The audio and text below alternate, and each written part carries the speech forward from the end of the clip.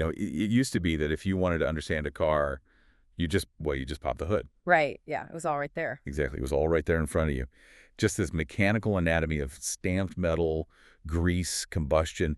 You could practically trace the physical line from the gas tank to the engine, down the drive shaft, right to the wheels. It made sense. It was a tangible machine. I mean, you could diagnose a problem with a wrench in, a good set of years.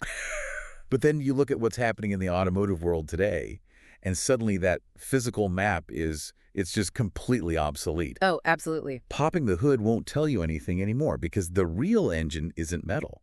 The real engine is invisible.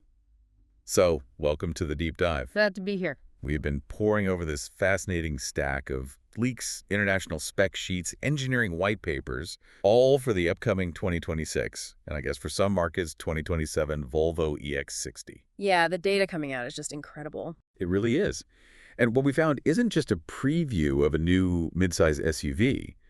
It's really a massive case study in how the entire industry is fundamentally rethinking safety, computing, and what it actually means to build a car in the modern era. That's the perfect way to frame it. Because when you look at the raw data coming out of Volvo's headquarters right now, it becomes very clear that we are in the middle of a profound transition. The EX60 is engineered under the assumption that a vehicle is no longer just a mechanical carriage taking you from point A to point B. Okay, let's unpack this. We are talking about cars becoming highly intelligent, continuously learning data centers on wheels. Literally data centers, yes. But to really understand the EX6, we should start with the batteries or the giant screens. We actually have to start with Volvo's absolute core DNA, which is safety. And specifically, we need to talk about a piece of fabric, the seatbelt. Right. It is impossible to talk about Volvo's legacy without starting there. If we rewind for some historical context, back in 1959, a Volvo engineer named Nils Bohlin invented the modern three-point seatbelt. Oh, right, the classic V-shape that goes across your lap and your chest. Exactly. But the truly revolutionary part wasn't just the invention itself. It was the corporate decision that followed. Volvo left the patent open. Which is just wild to think about. They essentially handed the blueprints to every competitor on Earth, completely for free. By today's hyper-competitive corporate standards, that is just unthinkable. Unthinkable today. But that single decision is estimated to have saved well over 1 million lives globally. Wow, over 1 million. Yeah. Now, fast forward to the EX60, Volvo is debuting what they consider the first major generational leap over Bohlin's original design. They're calling it the world's first multi-adaptive, AI-powered smart seatbelt. Okay, stop right there. AI in a seatbelt. I need a translation on that. Because how does artificial intelligence actually change a strip of nylon? Well, it changes how that nylon reacts in the milliseconds before a crash through real-time adaptation. Because historically, a seatbelt is a pretty dumb mechanism. In a crash, it just locks. Modern ones might have a pre-tensioner with maybe 3 generic load-limiting profiles. So basically small, medium, and large amounts of give to prevent the belt from, say, breaking your ribs. Okay, makes sense. But this new system uses a network of interior sensors to constantly monitor exactly who is in the seat. It detects your height, your weight, your specific body shape, and even your posture. Wait, my posture? Like if I'm slouching? Exactly. Are you slouching? Are you leaning to the left to change the radio? The car is continuously mapping your physical geometry inside the cabin. That is crazy. And simultaneously, the car's exterior sensors, so the radar and cameras, are mapping the world outside. If those exterior sensors predict an unavoidable collision, they communicate with the interior sensors. Real time. In a fraction of a second. The AI calculates the exact kinetic energy of the incoming crash and adjusts the seatbelt's tension to one of 11 different load profiles. So it's way more precise than just small, medium, or large. Far more. It will dynamically increase the holding force for a larger passenger or dramatically soften it to protect the fragile collarbone of a smaller passenger, all tailored to the exact angle of the impact. That is genuinely incredible engineering. Yeah. But, okay, here is the catch, and this is where I had to push back a little on the corporate narrative here. Let's hear it. The sources show that Volvo developed this technology with a manufacturer called ZF Lifetech. They co-own the patent.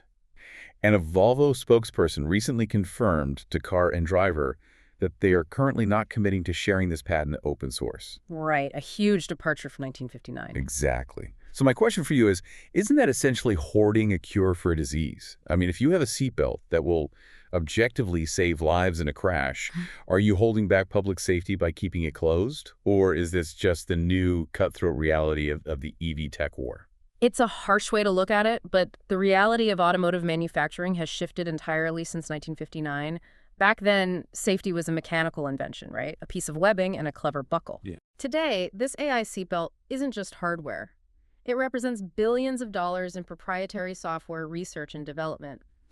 In the modern EV landscape, data and software algorithms are a company's only true competitive moats. So you're saying they can't just give it away? If Volvo gives that software away, they aren't just giving away a seatbelt, they are giving away the artificial intelligence architecture that runs their entire vehicle. Ah, so the safety is locked behind a paywall because the software is just too valuable. Basically, yes. Which brings us to a really fascinating pivot. Because to make an AI seatbelt work in real time, to calculate incoming velocity, passenger weight, and posture in milliseconds, you need an unbelievable amount of computational power. Massive amounts. Let's talk about the brain of the EX60, because the processing numbers I'm looking at in these spec sheets are staggering. The processing power is really the heart of this vehicle. Volvo calls this new central computing system Hugen Core, named after one of the ravens in Norse mythology that flies around the world gathering information. Which is actually quite literal here. It's very literal. The core utilizes an NVIDIA Drive AGX Orin chip. To put a number on it, this chip is capable of over 250 trillion operations per second. Let's just pause on that. 250 trillion operations. Yeah. Every single second. So for you, the listener, try to visualize that. What does that actually mean for the car? Think of it like a high-end gaming supercomputer, but instead of rendering graphics, its entire job is to instantly process dozens of uncompressed, high-definition video streams from the car's cameras. Right. It blends that with radar and ultrasonic data and makes life-or-death decisions without a microsecond of lag. It operates on what Volvo calls a closed-loop superset tech stack. What does closed loop mean in this context? The closed loop part is crucial. Because the car is constantly connected to the cloud, it learns from every single mile driven by every EX60 globally. Okay, so if an EX60 in rural Sweden has a near miss with a moose stepping out of the fog, what happens? The cameras and sensors record exactly what that moose looked like, how the car reacted, and how the driver reacted. That data packet is processed, anonymized, and sent back to the cloud. So it's uploaded immediately. Yes. Volvo's central computers analyze it, refine the hazard detection algorithms, and then push an over-the-air, or OTA, update to your EX60 in California. Oh, wow. Your car literally becomes better at detecting large animals in the fog because of something that happened on another continent the week before. So the brain is a connected supercomputer. Huh. But, I mean, you can't just drop a 250 trillion operation brain into an old chassis. Definitely not. The body of the car has to change to support it. And this brings us to the new SPA3 platform, and a manufacturing technique they are heavily leaning into called megacasting at their climate-neutral Torslanda plant. Yes, the mega casting. I read through these manufacturing specs, and it's a total departure from how cars used to be built. It is a radical simplification of the assembly line. Traditionally, the rear floor of a car might be made of, say, 60 or 70 individual pieces of stamped steel, all painstakingly welded or riveted together by robots. Sounds expensive and time-consuming. It is. Megacasting throws that out the window.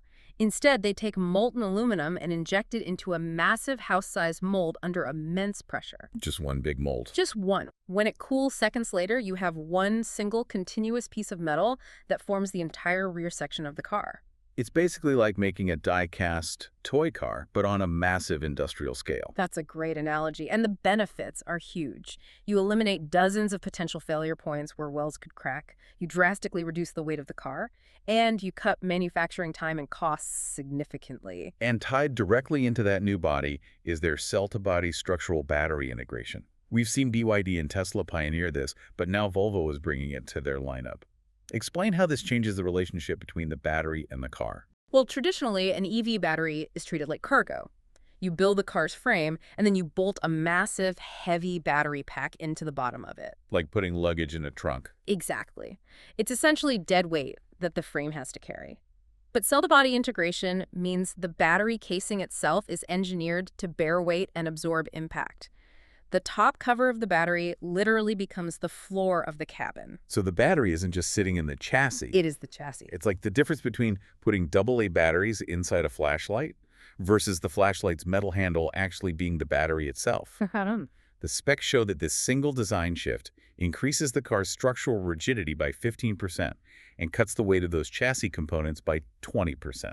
Which is absolutely vital when you are trying to maximize range and safety. When you look at the Hugen core brain, the mega-casted body, and the structural battery, you start to see why the traditional concept of a car is fading. Right. It genuinely sounds like Volvo isn't really building a car anymore. They are building a highly rigid, aluminum-wrapped operating system.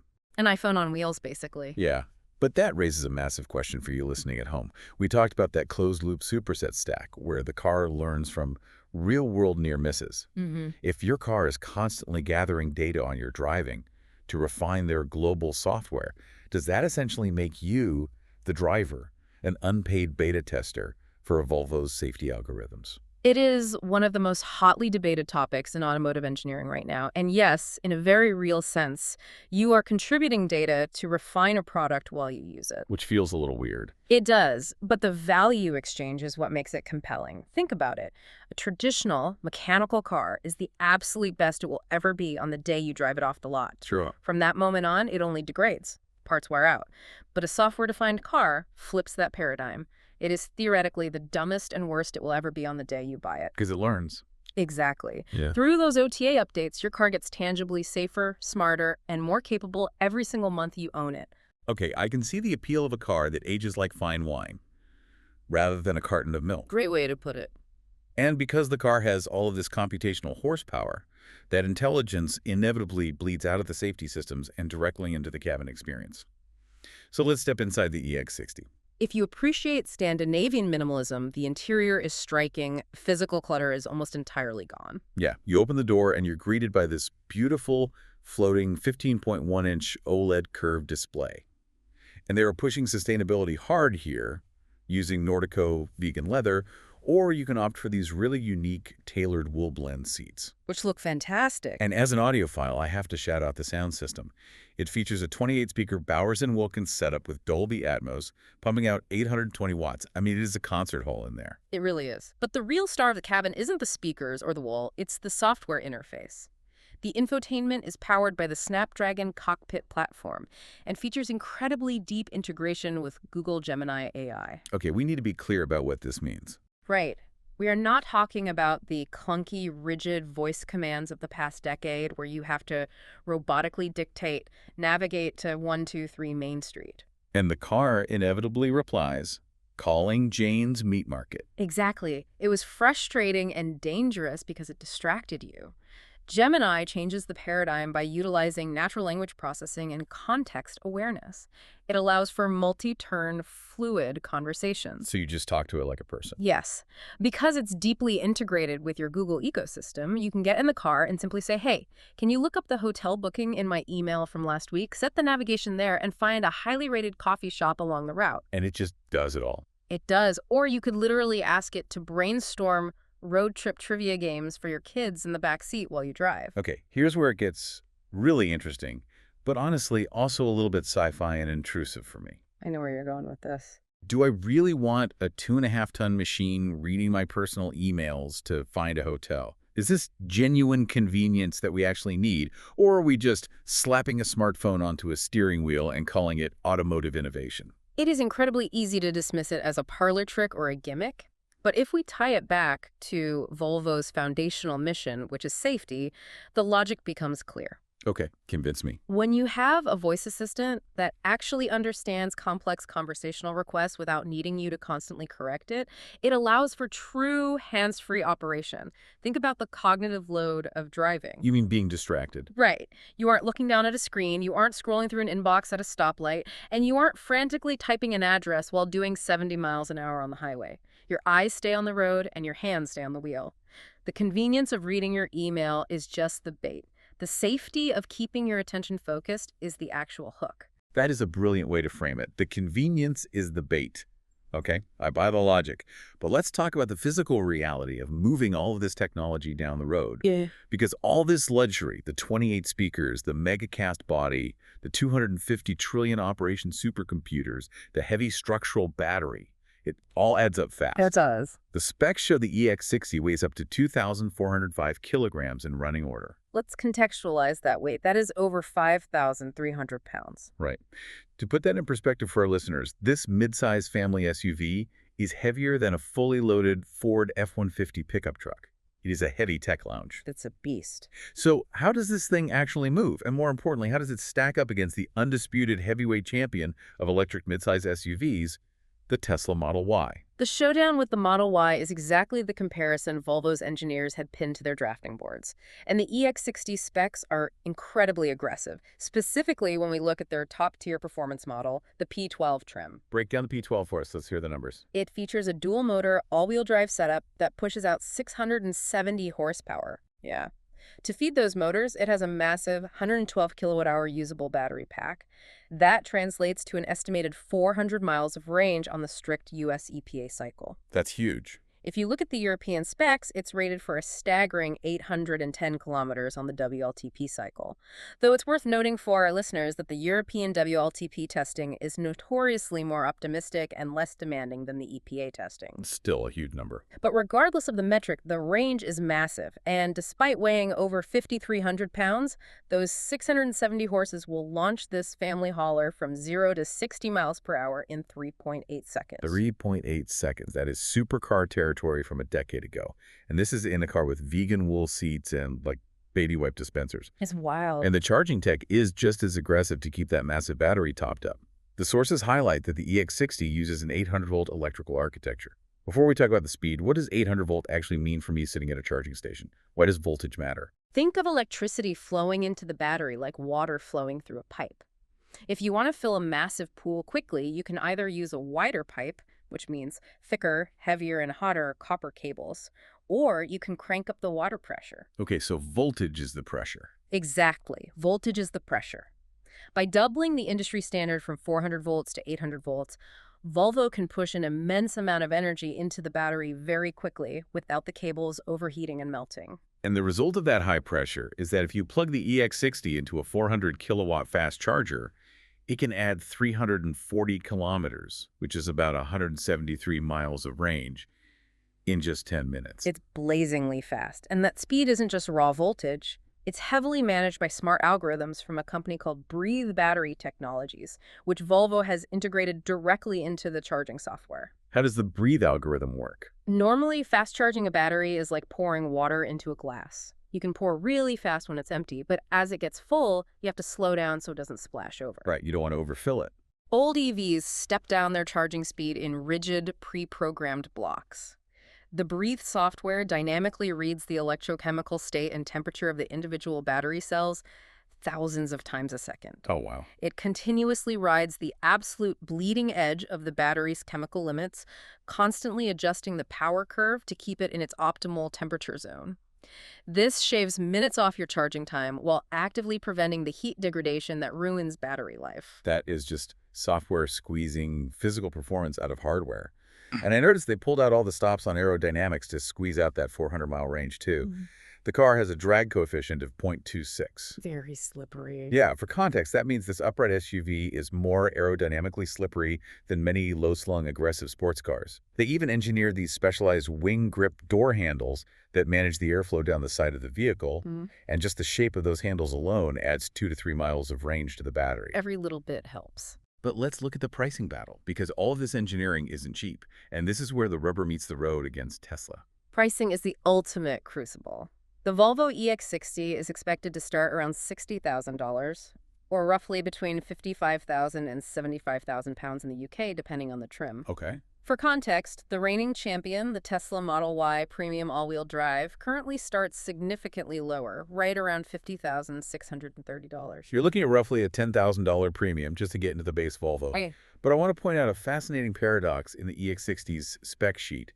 Usually in the EV world, the most powerful trim has the worst range. Right, usually. You have to sacrifice distance for speed because those big motors consume so much energy. But with the EX60, the high-performance P12 trim is both the fastest and goes the furthest. It's a brilliant, if expensive, engineering choice. They achieved that by taking their highest output motors and exclusively pairing them with that absolutely massive 112 kilowatt-hour battery pack. The sheer volume of energy in that battery completely offsets the efficiency loss of the extra power. Right. So for you, the buyer, it comes down to a really tough choice. Volvo is asking for a solid $10,000 premium over the Model Y.